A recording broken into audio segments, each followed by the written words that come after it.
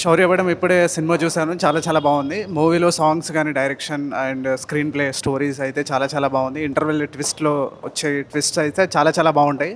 Everyone go and watch the Shauryapatan movie. Super. Thank you. కానీ ఒక్కటైతే clear చెప్పాలి భయ్యా, ఈ మంత్ చాలా అంటే ఒక 2 months నుంచి చూస్తున్నా, అసలు ఇట్టులే లేవు తెలుగు ఇండస్ట్రీలో. శౌర్యపాఠం అనే మూవీ మాత్రం ఈ మంత్ మొత్తం ఇట్టే భయ్యా, బ్లాక్ బస్టర్ మూవీ, అందులో ఎలాంటి డౌట్ లేదు. నిజంగా చెప్తున్నా, పాయల్ రాధాకృష్ణ ఏమన్నా యాక్టింగ్ ఇరగదీసింది అబ్బా. ఆ ముద్దులు, ఆ కిస్సులు, నిజంగా చెప్తున్నా హీరోయిన్ చూస్తే ముద్దు పెట్టుకోవాలనిపిస్తుంది భయ్యా. అంత క్యూట్గా, అంత యాక్టింగ్ కానీ, ఆ స్కిల్స్ కానీ చాలా బాగుంది. నిజంగా ఆమె చిన్న చిన్న ఒక్కొక్క స్టెప్ ఎత్తుకుంటూ వస్తుంది. ఏదో ఒక రోజు బిగ్గెస్ట్ స్టార్ అవుతుంది, అందులో ఎలాంటి డౌట్ లేదు. యాక్టింగ్ అయితే ఇరగదీసింది భయ్యా. అలాగే హీరో గురించి చెప్పాలంటే ఇంద్ర రామ్ గారి గురించి చెప్పాల్సిన అవసరం లేదు. తన యాక్టింగ్ అయితే వేరే లెవెల్. అంటే ఫస్ట్ మూవీ ఇంత బెస్ట్ మూవీ అని మాత్రం నిజంగా తెలుగు ఇండస్ట్రీలో చాలామంది హీరోలు చాలా తక్కువ మంది ఉన్నారు. ఈజ్ ద బెస్ట్ హీరో అనుకోవచ్చు. చాలా బాగుంది భయ్యా, కాన్సెప్ట్ బాగుంది, దాని తగ్గట్టు స్టోరీ లైన్ మాత్రం అలాగే వేరే లెవెల్ అనిపించింది. నిజంగా చెప్తున్నా, బ్యాక్గ్రౌండ్ మ్యూజిక్ కానీ, ఆర్ఆర్ కానీ, ప్రొడక్షన్ వాల్యూస్ అయితే ఇంకా చెప్పాల్సిన అవసరం లేదు. నిజంగా ఒకటైతే చెప్పాలి, ప్రొడ్యూసర్ గారు డైరెక్షన్ ఎన్ని చేసినా ప్రొడ్యూసర్గా చేయడం మామూలు విషయం కాదు కదండి.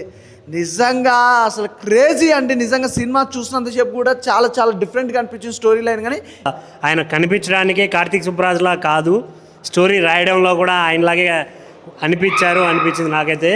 చాలా అంటే చాలా త్రూ అవుట్ ఆ కామెడీ సీన్స్ కానీ, ఎక్కడ ఏం కావాలో ఆ లవ్ స్టోరీ కావచ్చు, ప్రతిదీ వేరే లెవెల్ అనిపించింది నాకైతే. త్రూ అవుట్ నేను ఎంజాయ్ చేస్తూనే ఉన్నా థియేటర్లో. మెయిన్గా హీరో గారి గురించి చెప్పాలి. మూవీ చూడడం జరిగింది. ఫస్ట్ ఆఫ్ ఆల్ నిఖిల్ గారు వాట్ ఏ టేకింగ్ అండి. డైరెక్షన్ మాత్రం నాకు చాలా బాగా అనిపించింది. నాకు ఆ సినిమాటోగ్రఫీ అండ్ టేకింగ్ మాత్రం బాగా అనిపించింది. అసలు ప్రతి ఒక్కటి ప్రొడ్యూసర్స్కి త్రినేత్ర రావు గారు చాలా మంచిగా ప్రొడక్షన్ వాల్యూస్ అనేది చాలా బాగా స్క్రీన్ పైన కనపడుతున్నాయి. అయితే ఇంద్రారామ్ గారు చాలా బాగా చేశారు. అసలు స్టార్టింగ్ స్ట్రగుల్ నుంచి డైరెక్టర్ అవదాని నుంచి స్టోరీని ఒక లెవెల్కి తీసుకెళ్తారనమాట. చాలా అంటే చాలా బాగుంది. అలాగే హీరోయిన్ గారు పాయల్ రాధాకృష్ణ చాలా బాగా చేసింది. తన పర్ఫార్మెన్స్, హీరోయిన్ మధ్య వచ్చే సీన్స్ కానీ చాలా బాగున్నాయి. అలాగే సాంగ్స్ అయితే చాలా బాగున్నాయి. మెయిన్గా రోల్ రైడర్ పాడిన సాంగ్ అయితే చాలా రిచ్గా ఉంటుంది, చాలా వినటానికి చాలా బాగుంటుంది అనమాట. సో అందరూ థియేటర్కి వచ్చి చూడండి, ఒక మంచి సినిమా. ఈ నెలలో ది బెస్ట్ మూవీ అనమాట. ఇప్పుడు దాకా ఈ నెలలో హిట్ మూవీస్ రాలేదు, కానీ ఈ నెలలో వచ్చిన బెస్ట్ మూవీ. ఆ బ్యాంక్ దోపిడీ గురించి ఎంత క్లియర్గా, ఎంత క్లుప్తంగా, ఎంత బాగా చూపించిందంటే నిజంగా మనీతోని ఎంత ప్రాబ్లం తెలిసిపోయింది.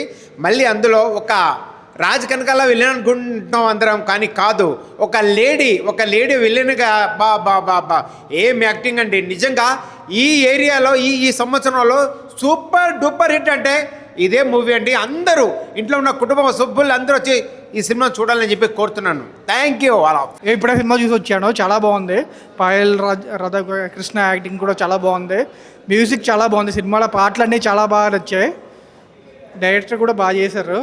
రాబరీ కాన్సెప్ట్ తీసుకొని మనీ హిస్ట్ కాన్సెప్ట్తో సక్సెస్ అయ్యడం లేదన్నది చాలా అంటే చాలా బాగా చూపించారు డైరెక్టర్ గారు. మెయిన్ అయితే పాయల్ రాధాకృష్ణ గారు అసలు చాలా అంటే చాలా క్యూట్గా ఉన్నారు. లవ్ సీన్స్ కానీ, సాంగ్స్ కానీ అసలు హైలైట్ అని చెప్పుకోవచ్చు. మెయిన్ బీజం అయితే ఎరగదీసేశారు మ్యూజిక్ డైరెక్టర్. రాజీవ్ కనకాల గారి యాక్టింగ్ కూడా చాలా అంటే చాలా బాగుంది. మెయిన్ చెప్పాలంటే ఒక లేడీని విలన్గా తీసుకొని చూపించడం డైరెక్టర్కి హ్యాట్స్ అప్ అని చెప్పుకోవచ్చు.